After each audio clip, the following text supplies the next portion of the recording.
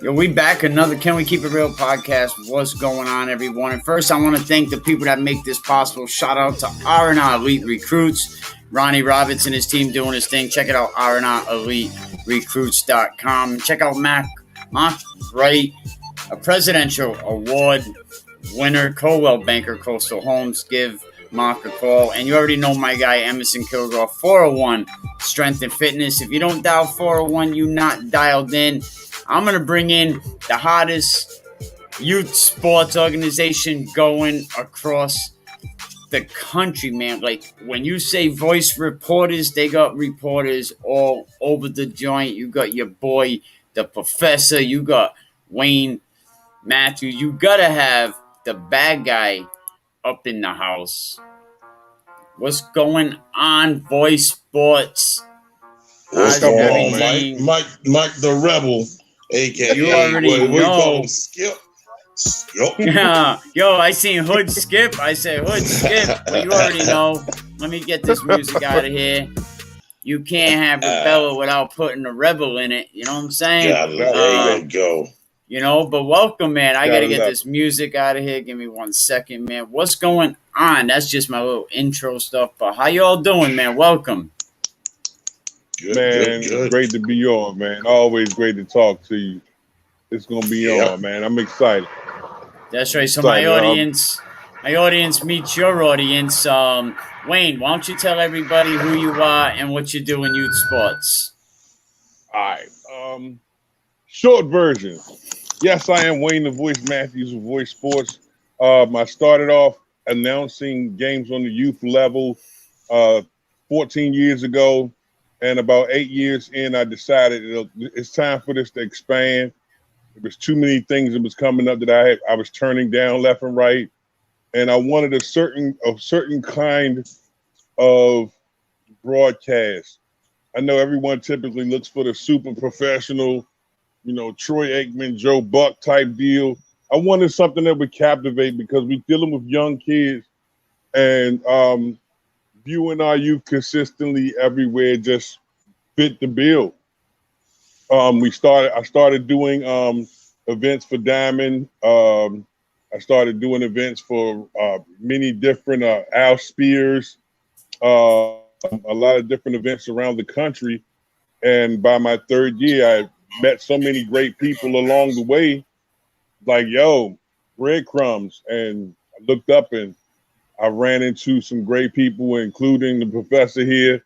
And I think one of the most intangible things about what you will not only hear when you enjoy a broadcast brought to you by us is that, one, we know what we're talking about, but two, we love to have fun.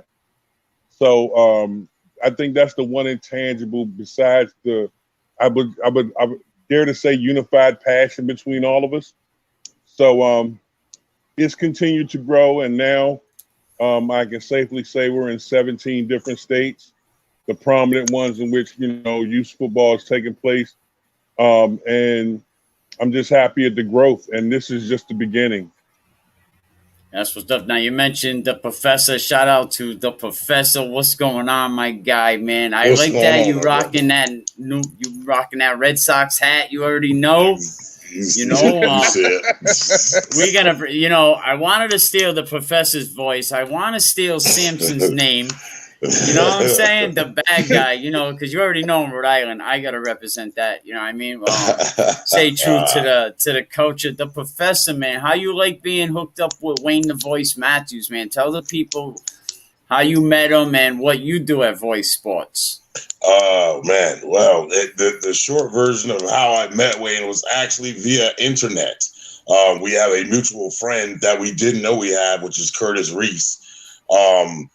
And I just so happened to, I was letting go of coaching last year. So right there towards the beginning of the season, I decided to go ahead and just, part ways with coaching. And I just so happened to put a post up or actually ask a question to Curtis Reese about calling a game. And then Wayne chimed in and was like, hey, you call games? You announce? Hold up, wait a minute. And then he hit my inbox. And we started talking back and forth, where you from, what you doing, what's going on, let him know the whole little deal. And he was like, listen, man, I need to call you. And we jumped on the phone, man, and we talked that day and the next day. And he was like, listen, man, I think I got an opportunity for you. And I think this is where you need to be. So ever since then, man, like I say, I took the ball and I ran with it. My thing is my avenue, what we call lanes here at Voice Sports. Everybody has to know how to ride their lane. I think I'm blessed to have, 3 lanes I can run. I can either do the interview, I can commentate, I can do kind of whatever on the field. The photography stuff, that's not me, man. Those other guys get that stuff. They make everybody look good. Definitely not you. No, that ain't me. Look at this guy. And we got that guy. That's what we got that guy for. That's the sound guy. That's the man right there that we get behind the scenes that really doesn't get that recognition that he should get. That's my man, Coach Tony. I think I just stay in my lane and I do what I do. South Carolina, North Carolina, the 2 areas now that I represent, have plenty talent. And it's hard. Sometimes it's harder for the youth to get recognized if you're not up in somebody's, if you're not on somebody's platform. Thankfully now I was able to get the platform and I was able to turn around and like a flower. I just tried to sprinkle it all over and now I let everybody flourish and shine. And you definitely got the voice for that. Pink rose. What? A pretty pink rose. This is a pretty big. Oh, I thought you were gonna call me like a thorn bush or something. How about to say, man? I tried that. So shout out. So Tony, what do you do with Voice Nation, and how did you come up and working with Wayne? And wow, this is gonna be interesting.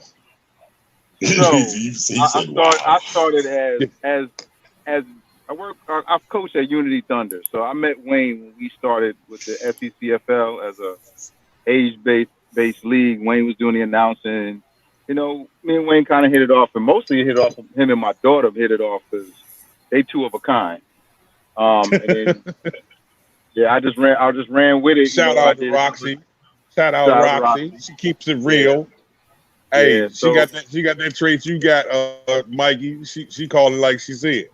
Yeah, that's all the ceiling. If you ever want to know what's really going on a football field, and you want her to be in the middle of it, she in the middle of it, and she gonna let you know. She gonna talk about people that they face. They gonna talk. She one of them. That's what we need, Keep it authentic, keep people on their toes. That's Roxy. But one of my biggest traits, and Wayne to tell you, I'm the one when it's broke, I fix it. If I can't fix it, then it can't be fixed. You get locked out of a press box, I'm getting you in the press box. I feel that. We don't need to tell all that part. We don't need to tell all that part. So Clint, what happened? We went down to Showtime when we couldn't get the mic working. Yeah. Tony is that guy. And it's always in the moment. Even when we went to University of Maryland, if something goes wrong, somebody be like, what's up, man? I'm like, dude, this ain't right. That ain't right. I don't know how we going to pull this off. He'd be like, hold up a minute. You disappear, you come back, all of a sudden, okay, Tony did it. All right, let's go. There you know what I'm saying? That's all you need to know. When it comes to getting down on the field, Tony was probably one of the first guys with Voice Sports to create a lane. Typically, I thought we was pioneering in just live streaming from the field, but there was games that we did for the SECFL where Tony actually was on the field with the cordless mic, and we pinging off each other while the game is going on. I mean, literally, the players in the huddle, he could walk up on it, and if it wasn't for the full disclosure, you got the whole hookup, the conversations with the coaches, the kids. There's so many things that Tony does that's indispensable. You can't put a number or a name on it. It's just whatever you need, he's always there. Yeah, most def. I 100% agree with that. Respect to him. That's my homie. That's my homie. everything goes bad when you're doing live streams on the field, so you never know what's going to break. It's definitely not an easy lane. Everyone thinks they can do it. Man. Mm-hmm. Yeah. I tell you what, it's easy to find somebody to say what went wrong, but it's very hard to find somebody. It's very hard to find somebody to go, hold up, I got it. I figure it out. You focus on this and I'll take care of it. And that's exactly what happened. The first time I met, we finally met Tony face to face last year in Tennessee, and that is exactly what happened. We were on the sidelines. I'm trying to call a game, and the mic won't work, or they can't play the music off of it. I won't say the event we were at, but we just couldn't get it right.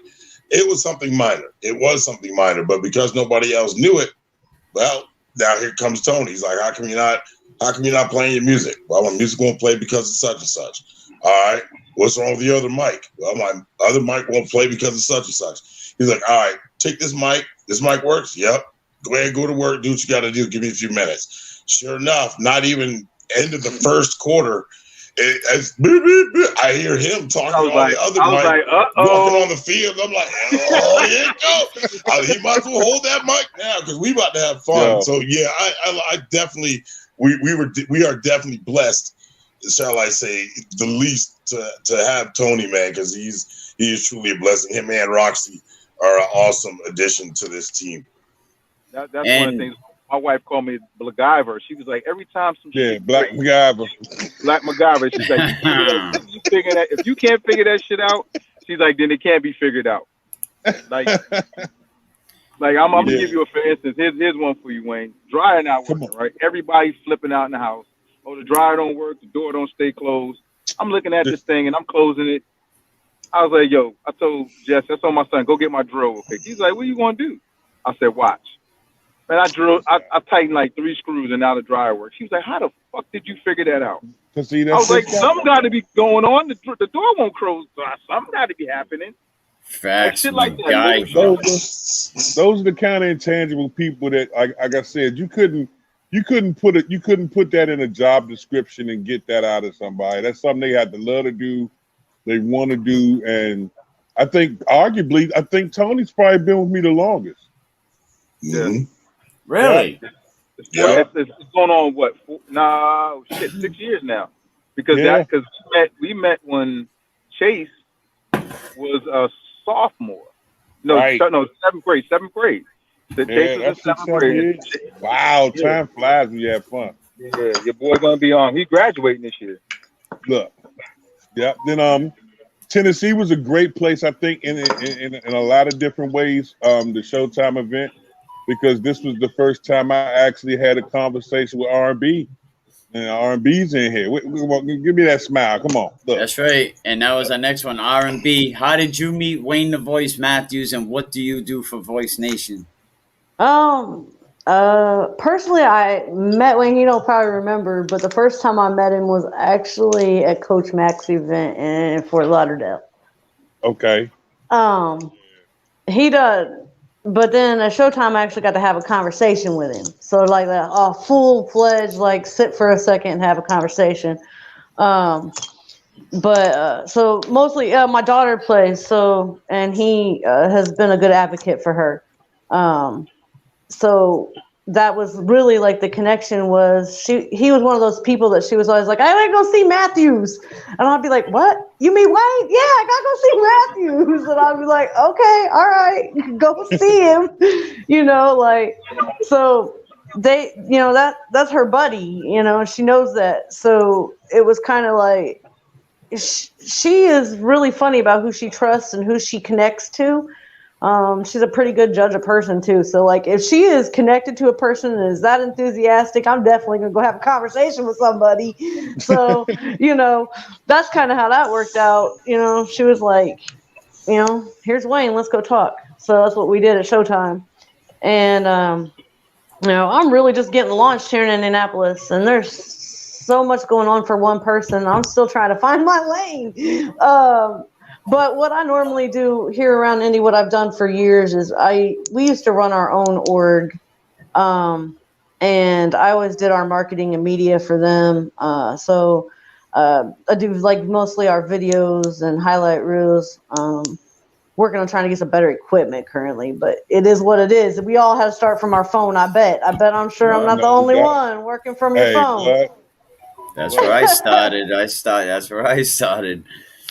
So, I mean, luckily, because we did run our own org, I do have good lines of connection. So that honestly has helped me in the I guess an infancy of being on my own. Because we do have a lot of really good photo reporters and stuff around, and some new video reporters that are popping up this year that have not been around before. So it's kind of intense, but I'm gonna make it because I cannot fail. The game's changing. Absolutely. Yeah. The game is changing. Now, Wayne, we met about 5 years ago. I hit you up and I said, come on my podcast. Let me start with how I started a podcast was I had trouble getting freshman and JV scores. No matter, I was like, nobody wants to talk about these kids, So I had an idea. They brought me on this local radio station. And I think I was just more prepared than they were, so it didn't work out. So I said, you know what? I'm not going to give up. I looked into how do I start a podcast. I put it on Apple, Google, all the main sites. I reached out to Wayne, come on my podcast, and he said, I'm going to have my interns do research on you first. That sounds about right. Yep.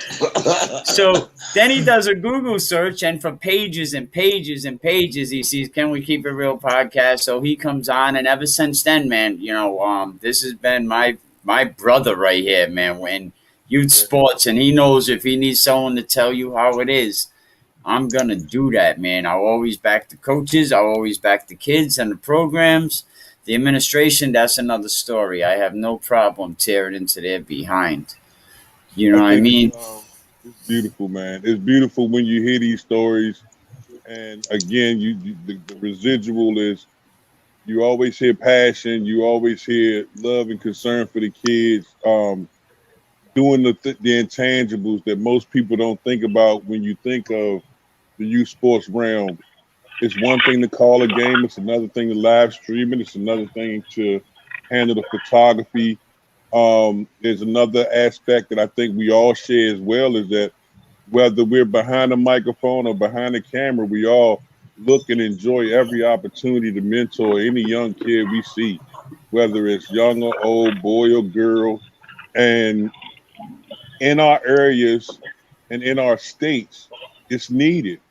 And I think that's the one thing that most of us will definitely mutually agree upon. And that I found it, in my time, I was, be honest with you, about 2 years ago, I was ready to sit down. Tony was like, man, you can't retire. You can't retire. He's like, oh, you can't retire if I'm going on sabbatical. I was like, come on, man. I was like, what do you mean sabbatical? Why are we talking? That's old stuff. Why are we bringing up that? Hey, young, because don't nobody use words like sabbatical outside the church. but Tony. Nobody but Tony. Tony does. And unemployment uses them words and stuff. So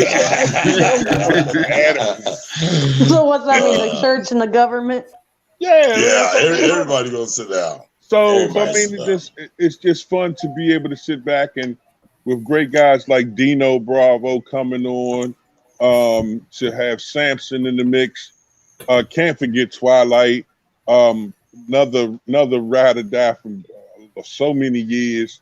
I've watched him grow so much in the time frame we've been together. By the time I saw the video he did in Atlantic City this week, and I'm like, who is this guy and where did he come from? So again, everybody has their own distinct personality. Everybody has their own flavor. They have their own area. And unifiably, we all continue to do what we can to build each other up. There's a lot of additions, and I very rarely see anybody do anything contrary or go outside the box. So we continue to have fun, and I think that as it grows, the people will see it, the children continue to love it, and as the events continue to build, we'll be able to do so many great things in the future. But I think it's just nice to be able to get together with people and form like Voltron for the kids. Oh, especially across the nation. We have people in Ohio. You have people down in the West, in the South, in the North.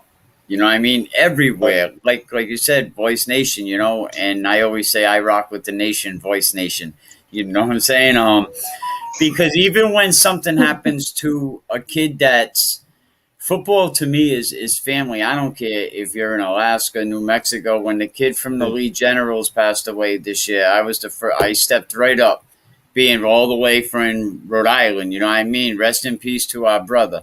You know what I mean? Because we are family. We just recently lost two kids in the inner city that were football family a couple years ago. We need to do more to get these kids to stay in school and realize that the streets isn't what it is, because you know they took 10 years of my life and I've been fighting to give back ever since.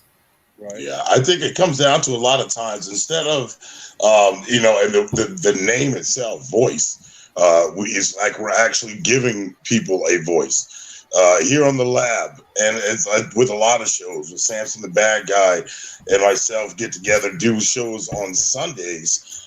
It's a lot of the conversations that people sometimes don't want to have, or moms or dads don't know how to have that conversation or to address a certain situation. And we have those conversations. It's not about being controversial. It's about having that open line of communication and being able to go in and talk to, you know, a coach, a director, or anybody, or even them talking to the parent. You might as well have those conversations and put it all out there. So, believe it or not, we get a lot of feedback after each and every show. You start getting the direct messages and, hey, thanks for bringing it up. I appreciate it. I mean, everything Wayne told me that was going to happen when I first started out, it actually came to fruition times 1,000. Of course, you're going to get a bunch of friend requests. You're going to get a bunch of uniform people calling you up and all kind of stuff. But yeah, I try to. You have to bob and weave. I sell a uniform. I give you a uniform. I give you good price. I give you good price. It always makes me laugh because the uniform guys always say, "Hello, sir," and I'm like, "Oh yeah, they definitely have the round count." Yeah, see, exactly. See, like you ain't even paying attention. And you know what? Hey, listen, I found out when they're getting ready to come is when they start liking like about 4 or 5 posts in a row. Yeah. Expect them to come. And then they hit the inbox. Expect them to come to your inbox. If somebody that you don't know has hit your post or old posts or old videos, and they've hit like 4 or 5 in a row, and they've liked, shared, or they've sit there, loved it. The next stop is your inbox, and they're going to ask you about uniforms. Listen, we're straight on uniforms. I promise you. I didn't know there was that many Pakistan uniform companies. Oh my God! What? It might only be 5 of them, and it's just they're using different aliases. Who knows? So these are the reasons why I don't. When I get these friend requests, I get these requests to be on shows.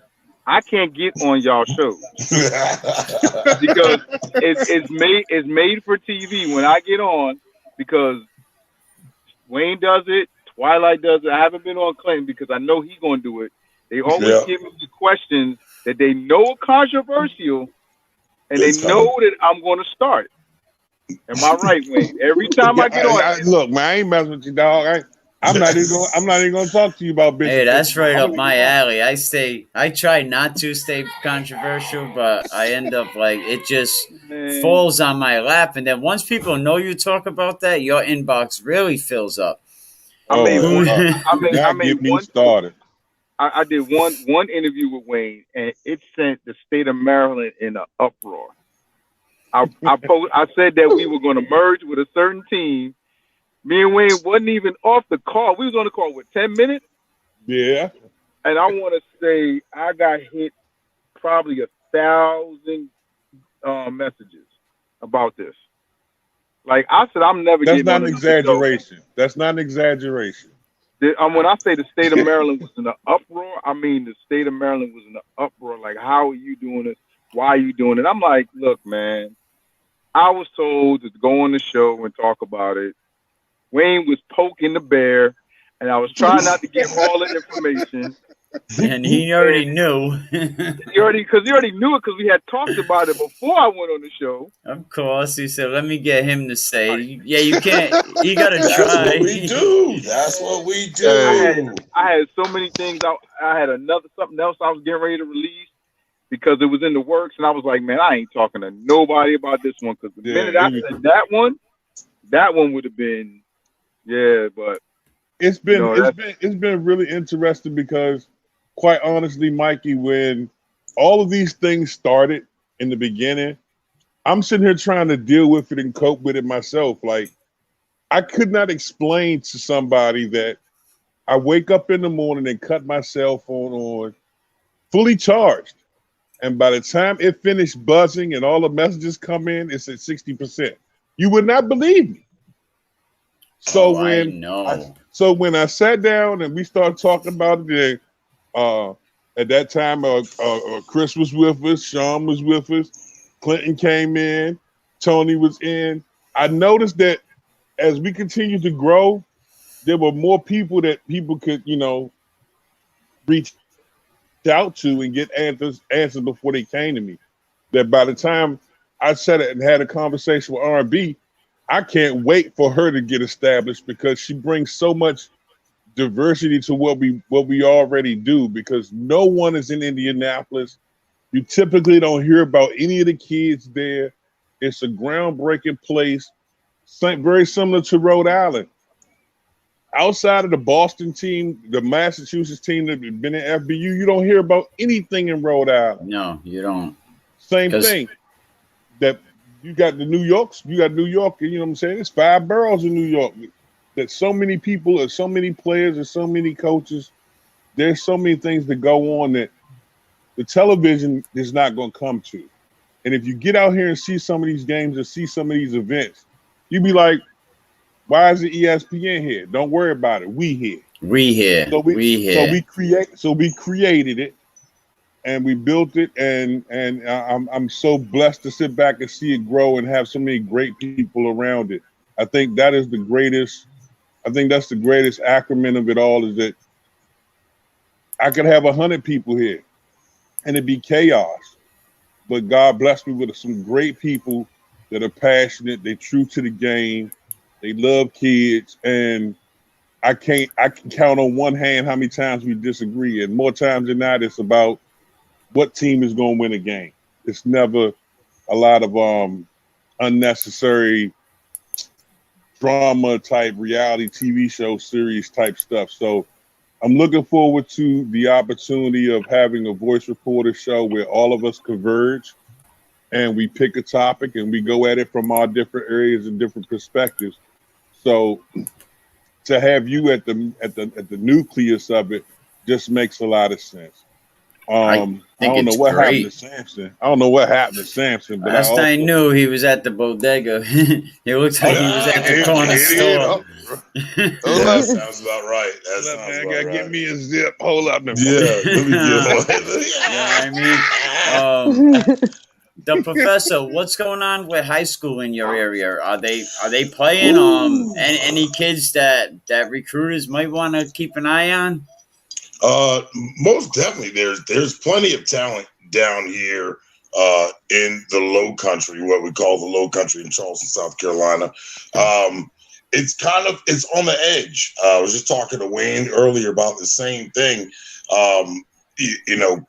COVID, it's still right there. It hasn't gone anywhere. Schools went back to virtual. Several counties around here went back to virtual. They're only doing it for a week, which is kind of strange. I don't know what the week is supposed to do. And as far as people, I guess, coming in and spraying the schools, I don't know how that even works. I won't even get into that. That's a different conversation. But high schools have started.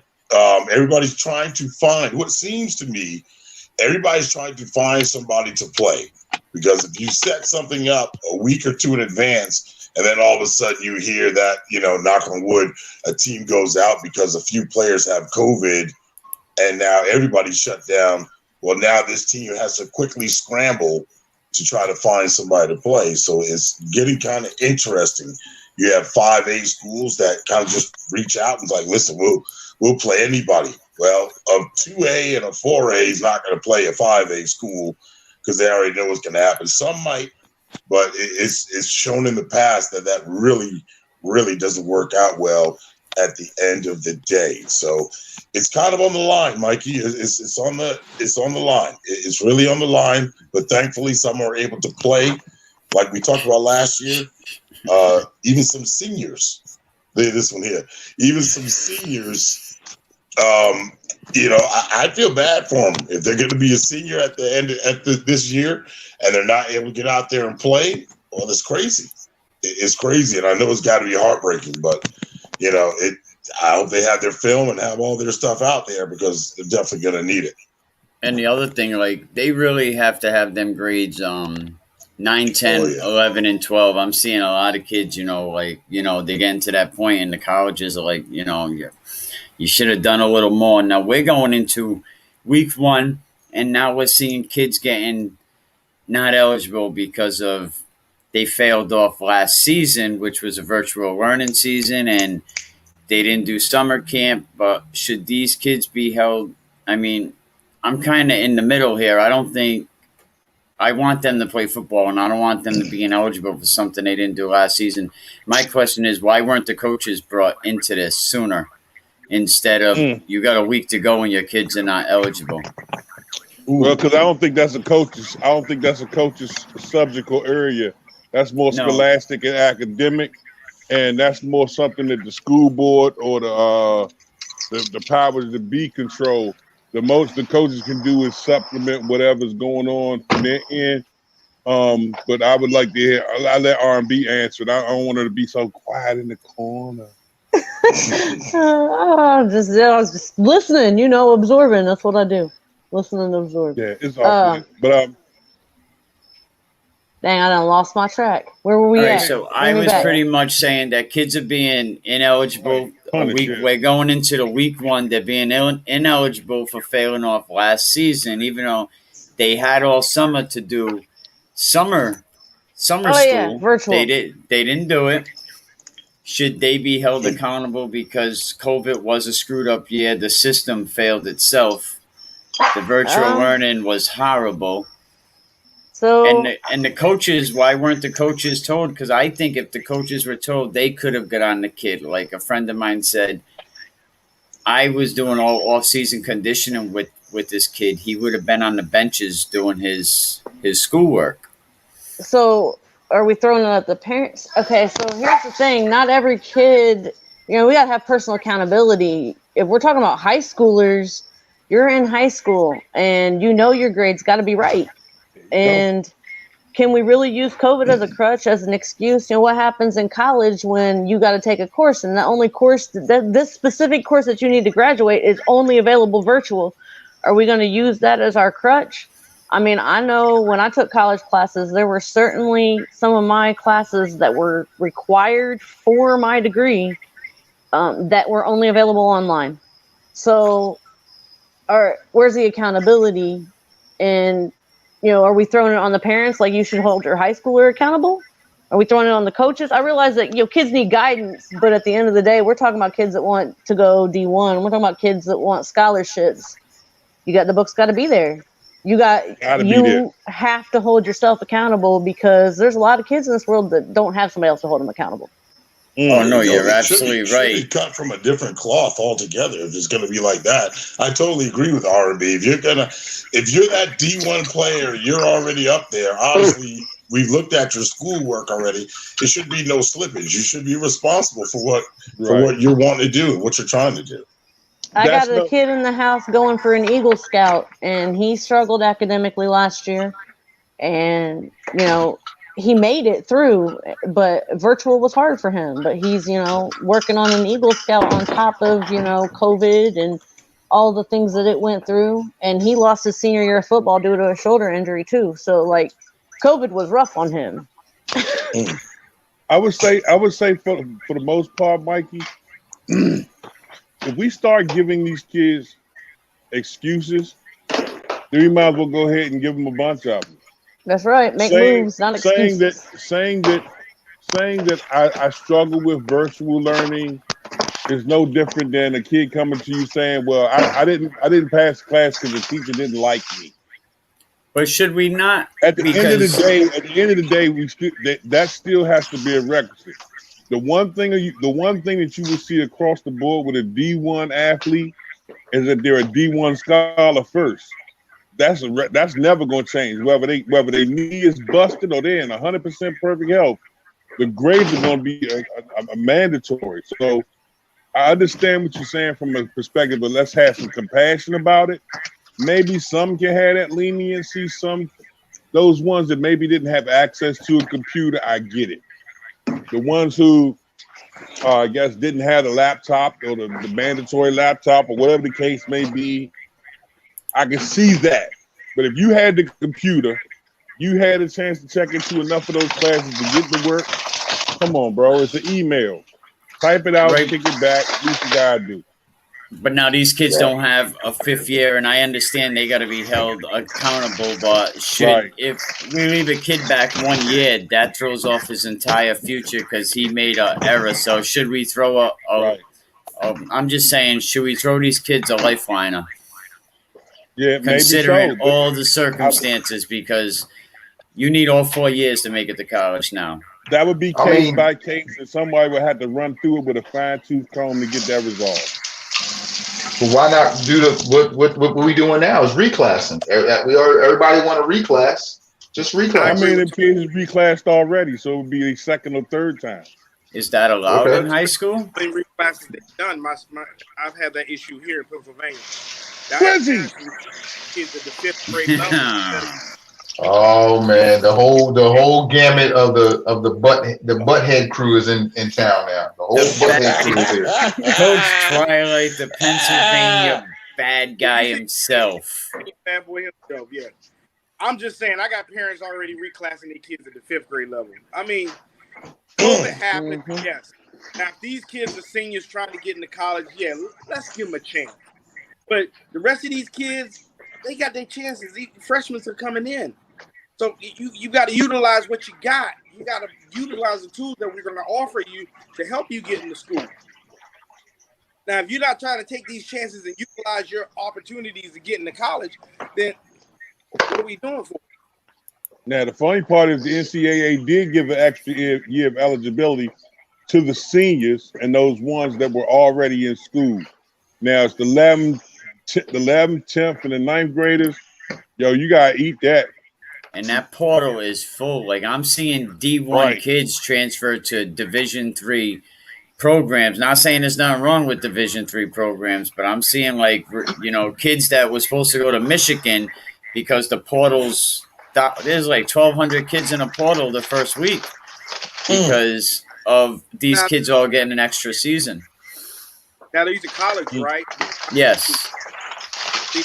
And also, you still got to add in the fact that now, by the time 2024-25 hits, many of those kids on the college level, whether it's D1, D2, D3, or HBCU, CIAA, whatever branch of it you may look at, they possibly will be getting paid soon.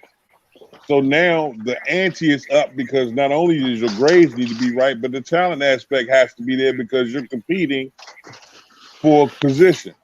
Now, the school is not going to take you if you're academic liability, but now you got 15 other kids in that same capacity. I don't care if you're Jerry Rice, if you got a 2.1 GPA.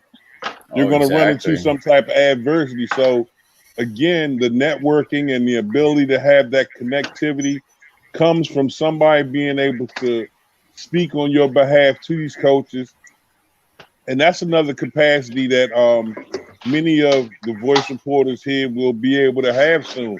I don't know.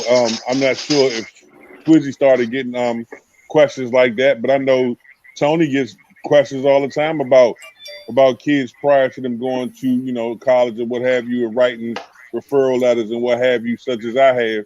And I know Clinton definitely will be doing this soon.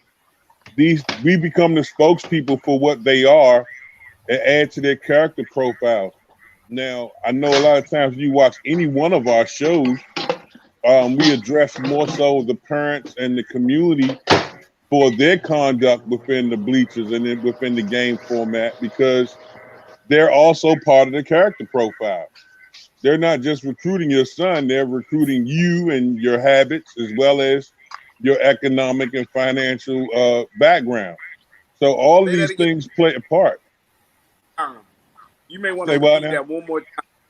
You want to repeat that one more time. Many of the parents need to understand that you are a greater part of the recruiting process beyond just what your son or daughter brings to the table and what you bring as an economic/financial component.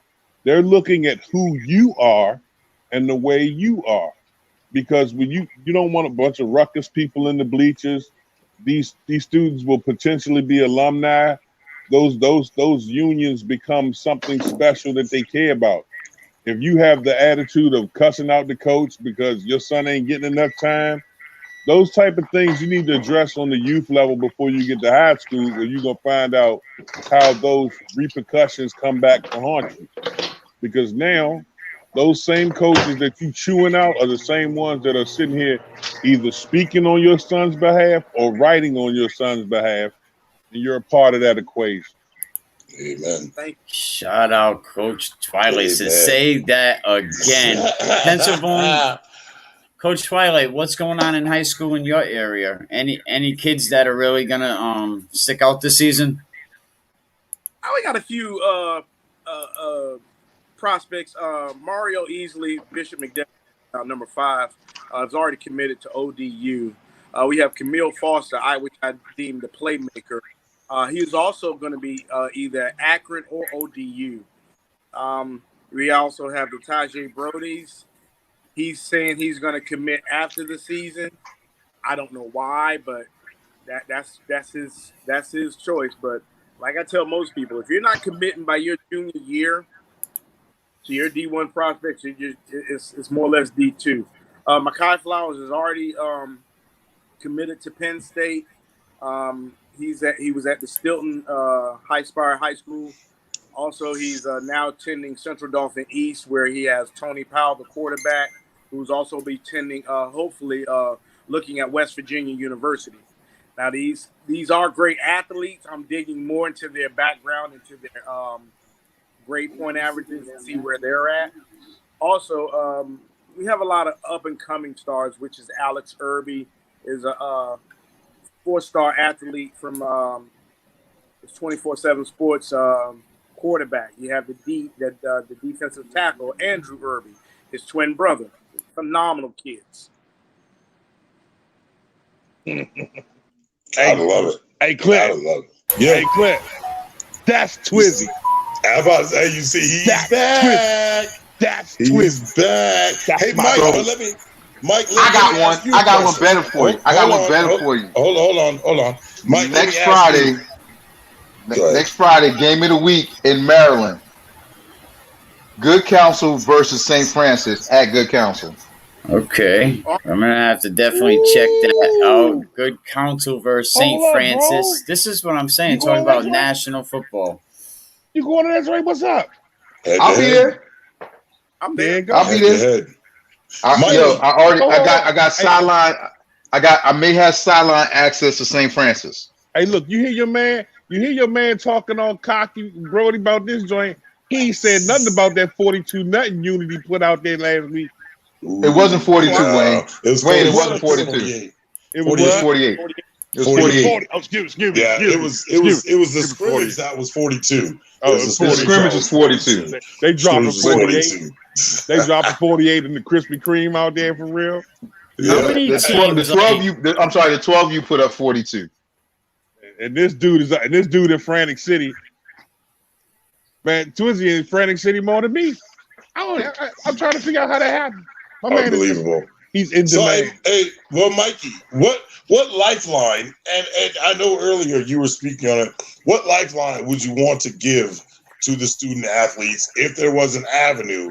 What would be your thought process? What would be the avenue that you would want to give them? What I would recommend is and some of the coaches mentioned it, that we'll get the kids tutored and we'll do all the work and bring them to the library and get them caught up on their test scores. And they bring up a good point. We don't know what these kids' summer life was. We don't know. Like, I know a lot of kids in these cities, like, they're safer on the streets than going home. Right. You know what I mean? Right. And now we're going into week 1. Friday starts the season, and you're ineligible because you failed out last year, and we went on vacation, and you had the summer to do it on your own. So nobody came up. Well, and I get it from both sides, right? So this is the type of conversations I have Sunday afternoons at 5:00. So the question would be, who is then responsible? Well, the student would be responsible. The student is responsible, but you do the sacrifices. If you want an athlete to be successful, as a parent, you gotta do your part and do your due diligence and check the homework. Ask the tough questions. Hey, Junior, did you do your homework? Yeah, Dad, bring it here. Yeah, hello. You're right. But we're past that now. I don't have time for that. Yeah, as a parent, I don't have time for that because I'm too busy sitting out on the deck or sitting outside with that blunt in my hand. Well, I hope you got time to drinking the Hennessy. I hope they got time to pay for that lawyer. This is powerful stuff. Let's call it what it is. Let's call it what it is. Like you say, and I hope you got a good enough job to fill up that refrigerator next summer when they sitting right there too. Hey, I heard that. They're not gonna be sitting. They're not. Listen, they're not gonna be sitting on that sofa if the parents has that type of mentality. So I hope they got money for their lawyer and their probation officer. So they Speak on that. Speak on that. Exactly. Speak on that. Exactly. Speak on that. That's a fact. If you would rather, if you have time to roll a blunt, if you have time to go out here and party, but you don't have, and this is coming from somebody that made them dumbass mistakes. So if you got time to do all that, but you don't got time to make sure your son is at practice to check his homework, make sure his homework is done, I hope you got time, and I hope you got money for that lawyer and that commissary, because it's coming. Because that is coming. That's a fact. That's a fact. But what's crazy about that, though, that's not even just the high school level. That's the youth level. That's youth level. Leave it alone. Everybody go home keeping it real, dog. Red Solo Cup time. They're not ready for that one. So I'm gonna give y'all a scenario. Here's my scenario. This is my scenario that happened this weekend. So the Org is playing up in Baltimore. Parent brings the kid to the game. We as coaches and people, we've done that. Kid is out playing around. Freak accident happens. Kid runs into a pole, cuts his ear open. Right? Okay. Mom blasting the person that brought her kid there because she wasn't watching her child. Oh my. Blasting the mother, making her feel like shit. Sometimes the bleachers in the sideline is a home for those who are learning parenting still. Because you do have to accept the fact there's a lot of parents, whether it's male, female, single home, broken home, or even constructively put together, that still utilize extracurricular sports as a form of daycare. As long as he's over there, it'll be good. You can sugarcoat it all you want to. There's still those people who treat it like it's a daycare. Go over there for 3-4 hours, and when you come back, then I'll deal with what you want to eat. Those are the same people that treat school like a daycare. Right. Exactly. And that's why when the kids screwing up in it, you don't hear that. You don't see them at the PTA meeting. You don't hear about them getting upset. They're not calling the school back to have conversations with the counselor. They're not going to pursue whether that kid has an opportunity to go to school. They're not going to sit down with the NCAA, and even though registration is $75, they make that $75 seem like it's stupid expensive. But when your son come into the room, or you meet the young man, he walking in with an iPhone, the new Jordan. Yeah, the new Jordan. Oh, he hooked up. He rigged up, but you ain't got the bread. I feel you. House smell good. I don't know what that is. What that cannabis for men? No, you definitely got a lot of points, and Samson hit the nail on the head. You know what I mean? Like, you got to be paying for that bail, that commissary, them collect calls, that J card. See, look. Hood skip know all that. Hood skip. Yeah, you're gonna listen. You're gonna pay for all that, man. You're gonna have to pay for all that, and it's crazy because as soon as you tell a parent that, this is the crazy part. As soon as you break it down to a parent like that, then you're the bad guy. Don't talk about my kid like that. You're wishing bad on my kid. Don't say that about my kid. No, I'm not wishing bad on your kid. You're wishing bad on your kid because you're not doing what he's supposed to do. Pennsylvania bad guy, man. You've been waiting patiently. Where your hand raised? I'm saying, y'all. Most parents, they're going to the then once. Hey Tony, you slicing and dicing. I can hear you, man. My bad. This dude making ribeye or something. Parents see that, they're going to start to see dollar signs because they're trying to get their kids to the elite college level so they can get them to the NFL so they can write checks. That's all they're trying to do. Right. No, you're right. How many? You can do it until somebody tells them or believe them themselves. But you can't get them to D1 before you get. You got to get to high school first.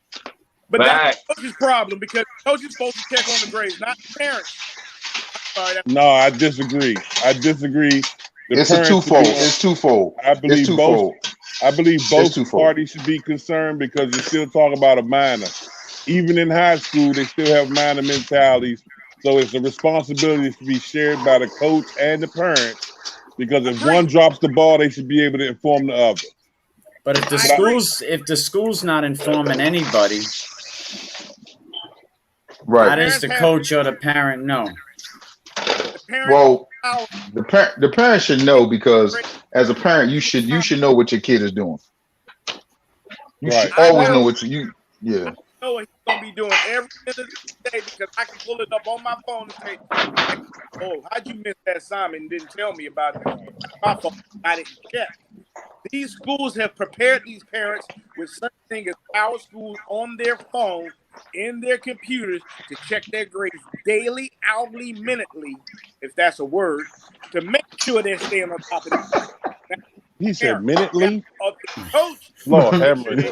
I'm going to send, your English teacher going to put a hit out on you. But now, I tried to sign on to some of them portals. They're called portals. Some of them things you need a PhD to even navigate through them websites. You got to download this and download that. Office until they get done. I mean, the counselor know each other first name basis, and they understand everything from Bishop McDevitt to a public school. The public school's trying to make ninth grade classes, and I had to sit in that darn counselor's office until he got every class correct and make sure everything qualified for the NCAA clearinghouse. Then they gave me a free registration because of the school. Then we moved forward, and I could smile. Everybody high five, and I went out. But imagine what happened if you'd have walked in there not knowing that all those things were accessible to you. Someone said, we got to bring these guys to Rhode Island. we tell these people this. I know you. We put it out all the time. Before we get too far into this, though, Mikey, I want to give Samson a chance to introduce himself and give his background. Oh, that's right, Samson. I asked everyone else, how did you meet Wayne and what do you do for Voice Sports and how do you make some of them badass trailers? So it's crazy. I met Wayne. Actually, I met Wayne previously at Tennessee at the showcase. When he got his Hall of Fame jersey from Al. But then I was doing a live feed, doing what I do, man. I was going live from a football game in our local area, and the professor seen it. He jumped on my live feed and was like, "Yo, I need you to hit me up. I need to holler at you." And I ain't even gonna lie. At first, I kind of brushed it off. I ain't even gonna hold you. I'm like, I don't know who this guy is that much. I knew other professor because I had followed him after seeing him at one of Al's events as well. But so then the next day, I looked at my DM. I seen he had hit me on my DM, so I was like, he's serious. So I talked to the professor, and then he talked to Wayne, and then it's been a snowball effect since then, big. That's what's up, man. So, and Pennsylvania, yes, your turn. How did you meet Wayne, and what do you do for Voice Sports? Well, I was trash. You say what? I talk trash. He was calling the Mason-Dixon Bowl. He was calling every state but my state. And 2 elite players. And he was on my side. Fighting and let that young man know that he all Pennsylvania once or twice. Or more times when he hears about it. So then we happened to go to Paint Branch next day. He was walking upstairs. I said, damn, big boy. Ooh! And he said, you want to come call a game with me? That's how Press Box Bad Boys met.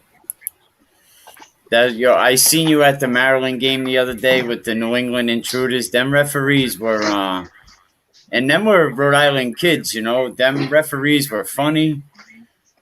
You got to go when you're on the field. First thing you do is be friends with the refs. They'll tell you. He said, "I'm gonna hang behind the guy with the white hats on." Because those some big kids. And Yo, that's the safest place on the field is behind the refs. Yeah. Did you say safe? Safe. Yeah, safe. Ain't nobody running the ref over. They know better. That's 15 yards you run the ref over. Easy. So you stay behind the refs. The professor said it was past his bedtime, so shout out to the professor, man. Is it not? Yeah, it's way past his bedtime. Yeah, right out with the feds. I enjoy all you guys, and I think these are the conversations that we should have each week. These conversations that need to be had with people. You know, just there's so many things going on, not only true in my state, your state, and also to give kids that wouldn't, you know, when recruiters watch the show, kids from your area, to give them that recognition and help more kids get recruited and have a blessed life. Hey, you know what? They got you, and they got so many different extensions because of you that we are all in the same. You're all in the same movement. Again, like I said before, it's beautiful when you see people that are aware enough to know what's going on and what's needed. And for us to be able to come together and form like Voltron, Rhode Island does have a voice. They got my man Hood Skip. That's right. You already know Hood Skip. He's good. Yo, I told Wayne one day. Wayne said we should do a show where we'll like Skip Bayless and Scan Shop, and I said, yeah, you're gonna be Skip Bayless. Hey, nobody wants to be Skip, bro. Nobody wants to be Skip. He said you be the Hood Skip. Hey, because we having good hip hop conversations as well. But we can, and you know I can hold that conversation. My man sitting over here got the whole chef combo going on. I got Twizzy down this joint looking like he lost 30 pounds. What happened to Atlantic City, man? Twilight, what happened to Atlantic City, man? I see you up there, but job is cutting up, man. Oh man, I was in Atlanta. I was out there by Philly. Atlantic City was 3 hours south of it, but we was right there at the Philly border. And matter of fact, Jarvis is amazing. He has 7 first-year players that's coming up to play with him, and he's still whipped up. And I'm sorry to say it that way. 30-0. Nah, we not.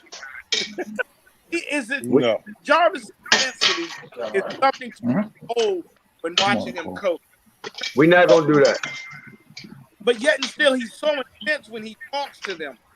I mean, I'm watching him call the play, and I still don't know where the ball's going.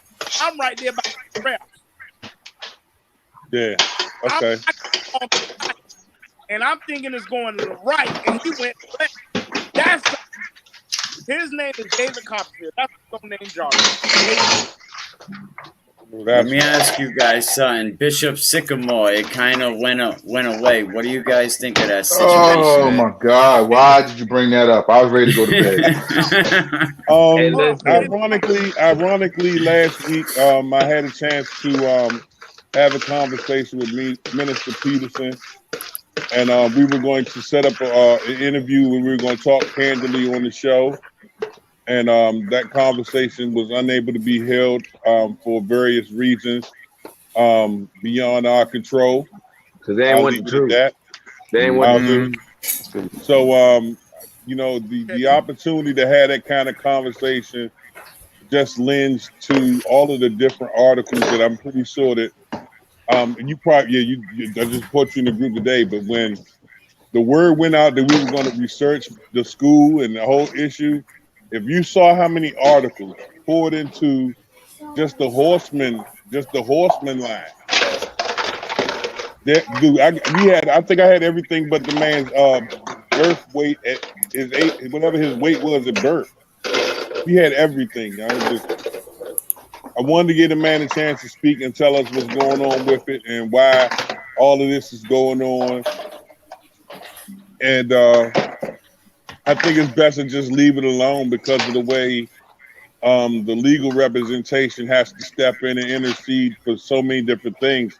I just thought it was ironic that despite all of the stuff that was said derogatory, if you see any interview with the kids that played for the team, they were extremely happy about it. Yes, but there was a player that played for the team a couple years ago that talked some pretty irate stuff, and he was from the Bronx, I think. My question was, how come ESPN wasn't held accountable, and who sanctioned these games? Like, that's kind of forget about what the team went through. Like, how did ESPN, Coach Twilight? What do you got? Yes, money, exactly. I know Samson will probably agree. And it'll be easy to state. There was a time where IMG and St. Francis, both as high schools, couldn't find anybody that wanted to play them because they knew it was going to be excuse my French, ass whooping. Foot to ass, man. Foot to ass. But again, it goes back to something that I talk about all the time. Do your due diligence. Who did they due diligence on the school? Who did the background check with you? I personally think, and this is real talk, like some people might disagree. I think somebody at ESPN knew what was going on, but at the same time, ESPN knew that IMG would bring ratings, bro. It's all the way across the board. This whole situation says money. The Bishop people got paid to play this game. They already admitted that. IMG is getting their kids on TV again, and ESPN is getting the ratings. Who doesn't want to watch IMG play? Who doesn't want to watch St. Francis play? And it was a guaranteed blowout. Is IMG becoming a for-profit school? Are they building a for-profit machine? Because they're coming to Springfield. They travel everywhere. They travel everywhere. Somebody, then that'll be a different conversation. I mean, Bishop Hendricken too up this way, but I think IMG is just looking like Wayne said. Before I say that they would have to play a team that was just as prominent or just as popular that for me to believe something like that. I gotta agree with Wayne.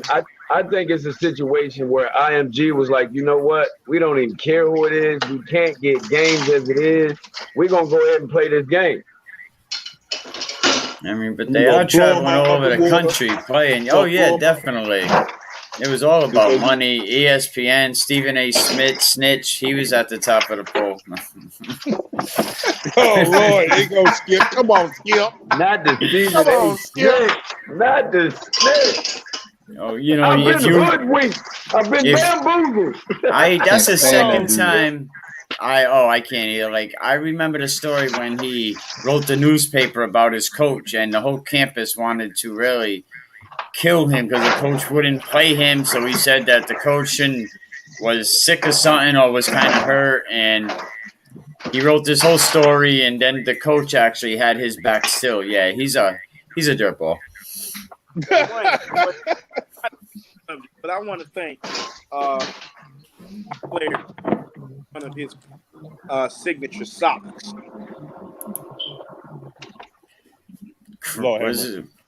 There you go. Socks already endorsement. And you gonna screenshot it holding up some socks. Lord have mercy. Game day socks. Shout out game to my day dog, bro. Brody Whaler, way up there in western, northwest Spain. They gotta little pay for Brody. that. Baby little Brady. Baby Brady. Number 12, Baby Brady. That's my dog. Yeah. Hey, you know what, Mike? You know, I know I'm gonna have to step off here in a second. Yeah. No, we good. I do want to say this. I do want to say this before I leave. I've been extremely blessed to have some incredibly passionate people around me, and I know that for the most part, they all know how much I appreciate them. But just for the record, Tony, you know how much you mean to me. Sean, I can't even put into words. We fight like cats and dogs sometimes, but we always come out better in the end. And Samson, I'm really excited about the future. The things that we've been able to go through with Professor and R&B and watching everybody develop and find their lane has just been an immense blessing for me. And I'm happy that Voice Sports will not be something that dies if I stop talking. We here for the long haul. We here for the long haul, baby. We here for the long haul. On Saturday, how many of y'all going to football games? I'm going Saturday. I'm coaching. I got the Maryland Heat all day Saturday. I'm coaching. I'm coaching Saturday, and I'll be at the field all day Sunday. All day long. That way, when everybody at a different game in a different state, it shows that we are touching everybody in the community. Oh, that'd be fire. That'd be fire. Whoa. Watch what you say. Watch what you say. You know where we at now. Can't be touching everybody, Sean. Can't be touching everybody, Sean. And Tony's giving us a cooking class. Look, I'm giving you an eating class. Yeah, an eating class. We see the bottom of the microwave, but yo, this is great because we're in all different states. 2 platforms. And we can highlight a lot of different kids, and we can highlight. This is going to be good conversation. For us to have. So I'm hoping this is something that can grow into something good. We should do it every Tuesday night and we let you pick this topic. Yo, for sure, man. Open topic, man, because I think we flow good. This is like a conversation. It's not an interview. It's good stuff. Shout out to Rhode Island. Y'all better support my man Mikey, man. He's doing incredible things up there. I can do the crip walk too. My man. I can do the crip walk. Look at Mike the man. But thank you guys, man. Voice Sports, I appreciate it. Everybody follow Voice Sports, follow all these guys. Tony is blessed to have you on. Samson, it's always real. Yes, sir. Sunday. I see Samson on Sunday. Rocking and rolling. The most electrifying in Voice Sport. The energy is going to be crazy, man. The energy is going to be crazy. The energy. Hey, listen, Twilight, we're going to light it up at John Champ High School, Hammers Home Field. We're going to be in there lighting. Listen, everybody going to be talking about it. ESPN going to be calling the phone. Trying to get We're not going to be able to go live. I'm telling you, the energy is going to be crazy, baby. If you ain't got that much energy, you better be there. Hood Skip's going to be calling and be like, yo, this is ASPN. But shout out to you guys, man, and we'll definitely have to do this again next week. And I want to hear about all these games that you guys are going to, man. And next time, hey Tony, you had dinner done already.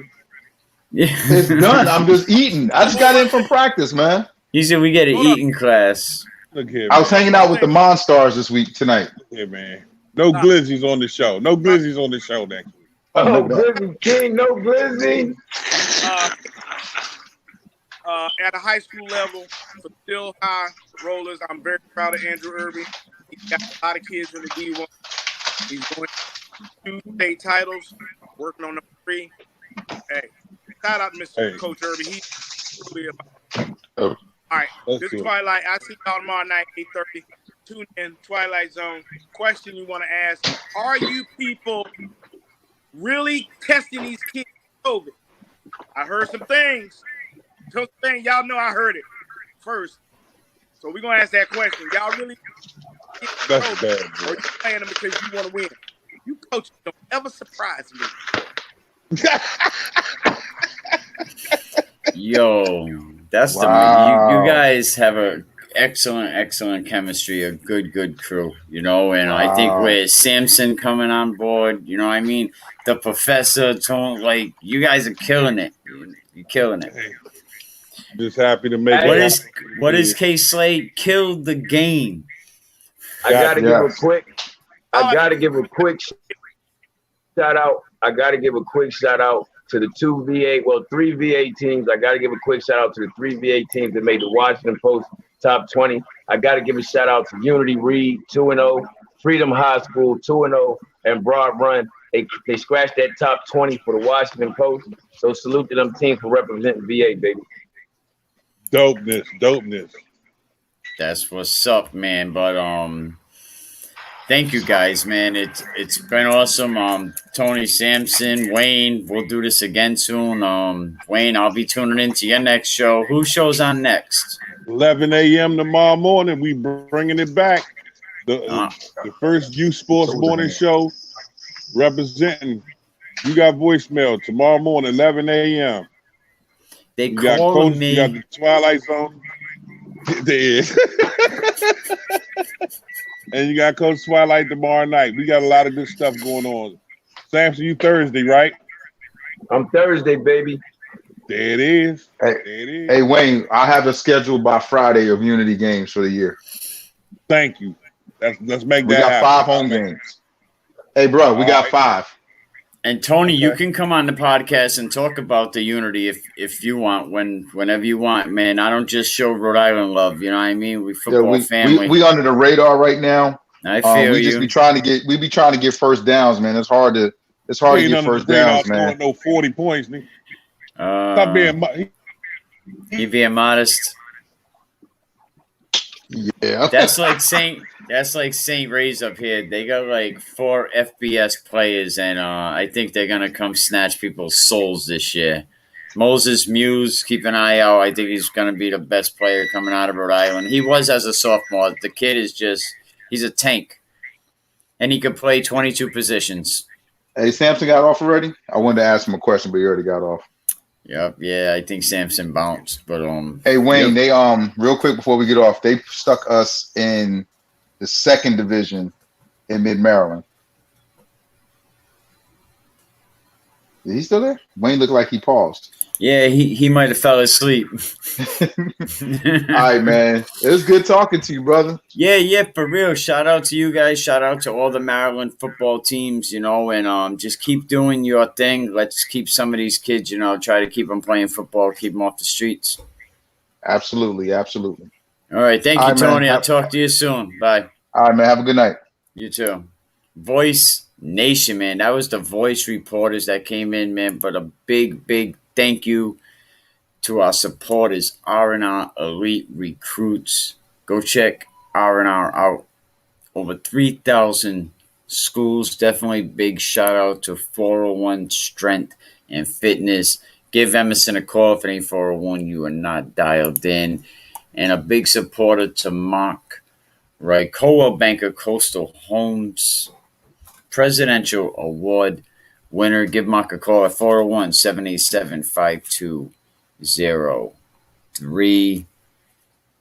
You nervous with butterflies in your stomach, don't try to intimidate me, you couldn't scare me with lit. I'm spontaneous, smart, dangerous, fancy and quick. My trainer told me to work, he ain't prepared me to quit. I'm the only captain who's sailing this championship. I gotta hold down the city